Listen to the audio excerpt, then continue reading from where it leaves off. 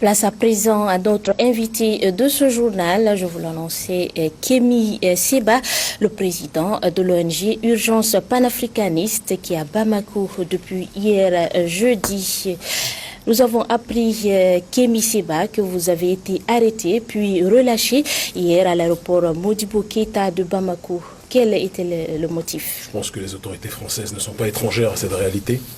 J'ai été gardé environ 2h20 à l'aéroport. Je tiens à préciser que les militaires qui m'ont arrêté ont été très corrects avec moi parce que beaucoup d'entre eux, en tout cas bon nombre de militaires, sont en réalité des patriotes et sont très sensibles un peu partout en Afrique francophone au combat politique que nous menons. Ça, il faut le préciser.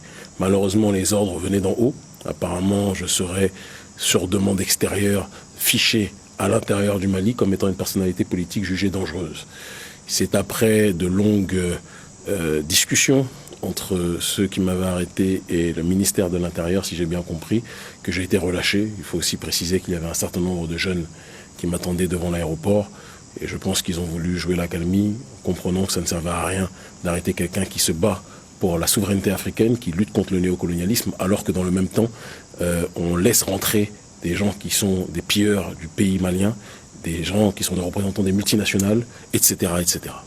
Alors justement, parlez-nous de votre présence au Mali. Quel en est l'objet? Je suis venu pour une mobilisation qui se tiendra donc ce samedi 14 septembre à 16h à l'esplanade de la Bourse du Travail.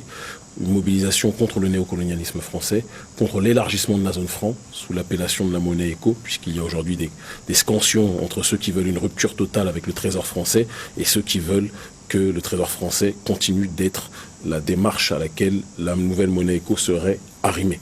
Et donc c'est dans cette optique-là que nous nous mobilisons, en précisant bien que la nouvelle génération veut une rupture épistémologique avec l'oligarchie française. On ne stigmatise pas les Français dans leur intégralité. Moi-même qui vous parle, je suis né en France et je ne le renierai jamais. J'ai grandi, j'y ai vécu. Et donc le but n'est pas d'être dans un discours débile d'anti-français. Ce n'est pas tous les Français, le prolétariat français souffre, mais l'oligarchie française est dans une démarche de piller les pays africains, et il est du devoir des Africains et des Afro-descendants, dans la doctrine du panafricanisme qui unit les deux tendances, de se défendre, de s'organiser. Et donc on se mobilise pacifiquement demain. Et je pense que c'est l'une des grandes raisons pour lesquelles les autorités françaises ne voulaient pas que je rentre au pays malien. D'accord. Fin 2016, vous avez lancé une mobilisation des sociétés civiles africaines contre la France-Afrique. Quel en est le bilan aujourd'hui? Le bilan, c'est que 3 ans après nos mobilisations, les autorités africaines d'Afrique de l'Ouest, on va dire les choses telles qu'elles sont, se sont sentis obligés de déterrer un projet qui avait été laissé à l'abandon, en l'occurrence le projet de la monnaie unique d'Afrique de l'Ouest, le projet de la monnaie unique de la CEDEAO. C'était un projet qui date de très longtemps, qui devait être mis en place au début des années 2000. Ça avait été laissé à l'abandon parce que les dirigeants africains n'y croyaient pas. Et c'est lorsque la société civile a commencé à tirer la sonnette d'alarme et à mettre pression sur les autorités et que ce débat est devenu un débat international, notamment à travers l'affaire du billet brûlé, d'accord, à Dakar. C'est à partir de là que le projet de la monnaie unique est redevenu une priorité. Et donc, ça avance plus que jamais. Et c'est la preuve que ce que les élites africaines ne font pas pour le peuple peut le faire lui-même. Dès lors que la société civile prend ses responsabilités, eh bien les autorités se sentent obligées de se prononcer et de se positionner. Et on sait votre combat contre la France-Afrique, mais quelle est selon vous l'alternative après la France, si l'on sait qu'il y a la Chine-Afrique, le Japon-Afrique, les USA-Afrique, pour ne citer que ceci? Mais pourquoi l'alternative, ça devrait toujours être les autres et pas nous-mêmes? On ne peut pas essayer d'envisager l'Afrique-Afrique. On ne peut pas essayer d'envisager l'Afrique et la diaspora plutôt que de toujours voir les choses à l'extérieur. Dire cela ne signifie pas qu'on n'est pas dans une dimension géostratégique très précise.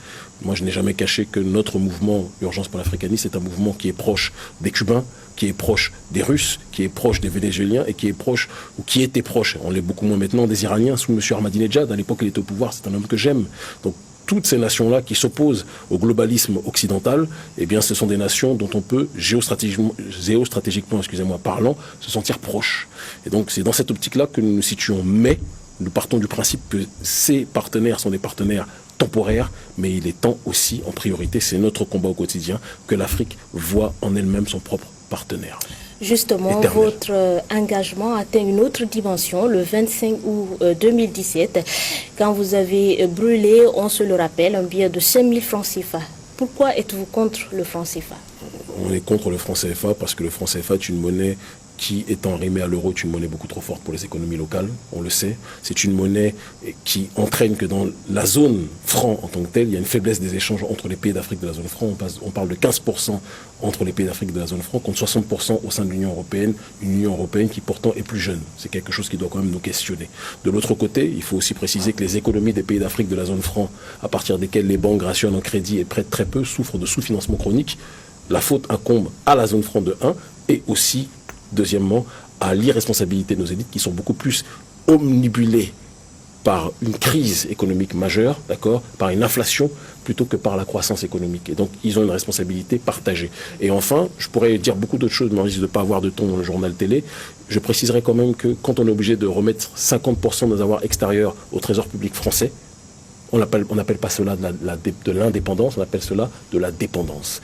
Et je pense qu'au XXIe siècle, les chaînes, on doit être capable de les poser. Il y a des gens qui aiment les chaînes et qui vont vous dire, mais les chaînes du franc CFA, ça nous donne une stabilité. C'est un petit peu comme à l'époque de l'esclavage, où les gens disaient, mais pourquoi vous voulez qu'on quitte la plantation?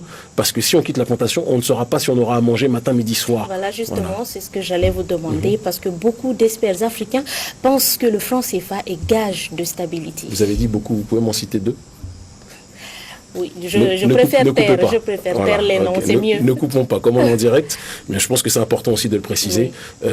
Je ne suis même pas sûr qu'il y en ait beaucoup en réalité. Il y a des gens auxquels les médias tels que RFI, France 24, etc. essaient de donner une audience parce qu'ils n'en ont pas dans le monde réel. C'est aussi ça la réalité. Mais aujourd'hui, nous le savons, j'ai énuméré certains éléments, que le système de la zone franc est un système néocolonial par essence. Il a été créé dans ce cadre-là, il a été créé pour cet objectif-là. C'est une démarche de prédation économique. Nous ne faisons pas partie, et ça aussi il faut sortir des caricatures, de ceux qui pensent que dès qu'on se sera débarrassé du franc CFA, l'Afrique sera libre. C'est faux.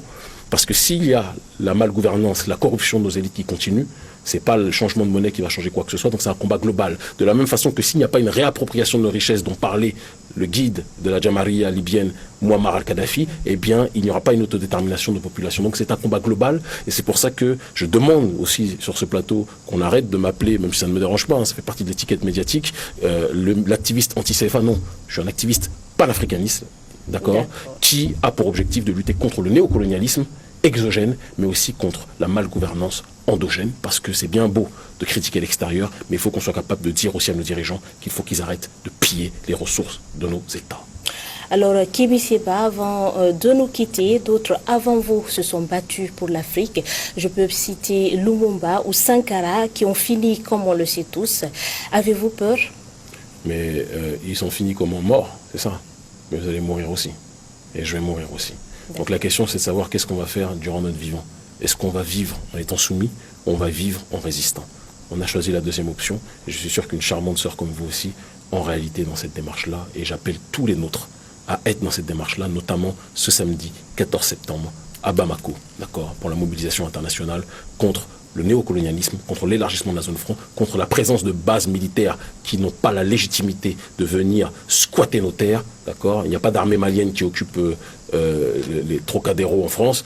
Peut-être qu'il y a une armée malienne à Château-Rouge, ça c'est encore une autre question, on peut en discuter. Mais ce qui est certain, c'est qu'il n'y a pas d'armée malienne qui est à côté des zones où il y a des richesses, si richesses il y a en France. Donc il faut qu'on se pose des questions sur ce terrain-là. Merci beaucoup Kémi Séba pour toutes ces informations. Que je rappelle, vous êtes le président de l'ONG Urgence panafricaniste et vous êtes actuellement en séjour à Bamako au Mali. Merci d'avoir accepté notre invitation.